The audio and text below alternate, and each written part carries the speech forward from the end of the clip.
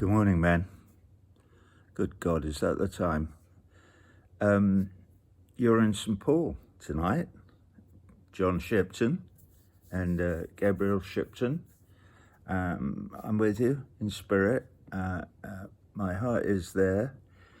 Keep up the good work. Hello to everybody in St. Paul. Oh, bugger me! Check this out. Look, speaking of St. Paul, look at that. Look at that. If you lie on your side, right, you can see that says howdy. I think it says howdy. To Roger, howdy, Les Paul. Eh? Not bad.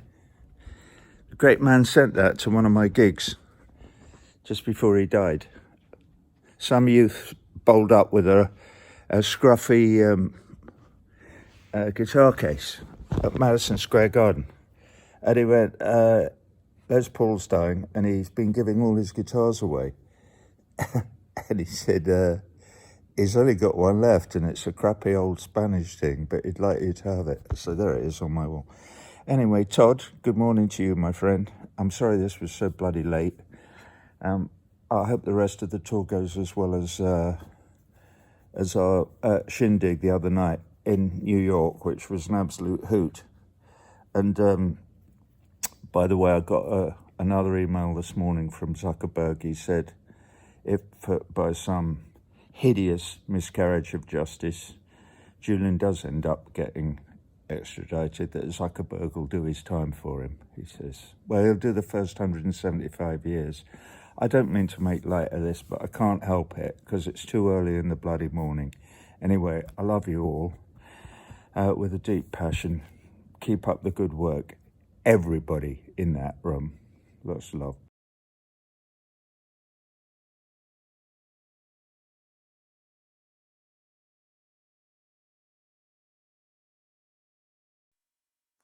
Hello, I'm Dan Ellsberg, and I want to welcome here tonight John Shipton and Gabriel Shipton, the father and brother of Julian Assange. I'm hoping they will visit me in my home when they come to the Bay Area here before long on this journey of fundraising for a defense that I am very supportive of. Julian Assange, who is facing the same charges that I did 50 years ago this month. I was the first to be prosecuted under the Espionage Act for giving information to the American public in order actually to reveal war crimes, crimes against peace, deceptions of the public, as Julian did in 2010, giving information from Chelsea Manning, then Bradley Manning.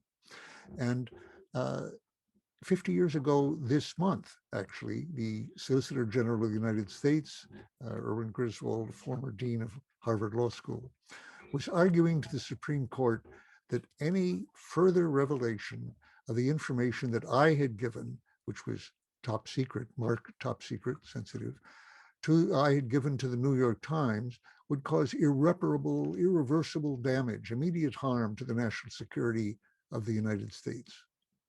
That was nonsense. And indeed, in the 50 years since then, not one single sentence has been shown to have been properly classified at that point. It was all 3 years old, or in some cases, decades longer than that. And as Griswold himself admitted decades later, he had never felt there was any harm to the United States from this. In fact, he said, I don't know anyone who ever thought so.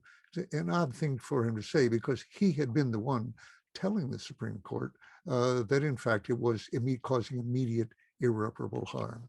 Now, I was then prosecuted after the Supreme Court denied the injunction that Griswold was after on 12 felony counts, totaling a possible sentence of 115 years. Julian is facing 175. It's inflation over time here. And but essentially the same charges that I faced exactly and as wrongly based, as unconstitutional as in my own case. I say that because 50 years of research into that particular law, for which I was the first to be prosecuted for leaking, has made me aware that the use of the Espionage Act, not against spies, but against someone who's given information to the American public, either a leaker or a whistleblower, is clearly a violation of the First Amendment, freedom of the press, and freedom of speech. In Julian's case, the prosecution is of a publisher like the New York Times, to whom with whom he shared information, in fact, along with other newspapers. They haven't yet been indicted, but Julian has. So he's the first case of a publisher being indicted, whereas I was the first case of a source being indicted. And now although my case was dismissed for governmental crimes against me, uh, almost 24 people have been indicted since as sources. And yet the Supreme Court has never yet addressed the question of the constitutionality of those prosecutions. They haven't been taken by the Supreme Court. If Julian Assange is extradited and prosecuted here, he will probably be convicted at the lower level. And yet, for a number of reasons, that case, he should be not extradited. He should be free with his partner and 2 children right now. And I'll mention 3 reasons for that right now. First of all, he will not be able to explain to a jury why he did what he did as a publisher, any more than any of the sources, starting with me, were able to tell the jury, because that's not allowed under the Espionage Act. Motivation, intention, impact are irrelevant to the case, as my prosecutor told the judge. And that's been true in every other. Obviously, that cannot be a fair trial for a whistleblower. So Ed Snowden could not get a fair trial here, and Julian Assange could not get a fair trial.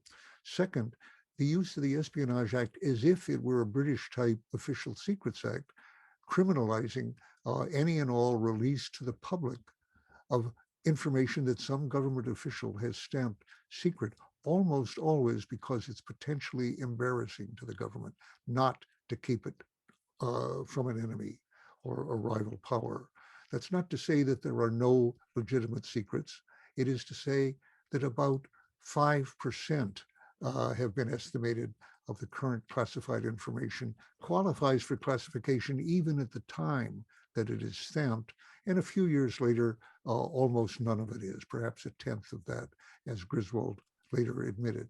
So in short, Julian, again, like all these others, has been indicted with an application of a law that is clearly unconstitutional in the light of our First Amendment, which Britain doesn't have and most countries don't have. But here he is as a non-American, trying to bring him back here to prosecute him in a country where that prosecution for being a publisher of information is clearly a violation of our First Amendment freedom of the press. Finally, in his particular case, it's been testified under oath in Spanish courts and referred to in his extradition hearings.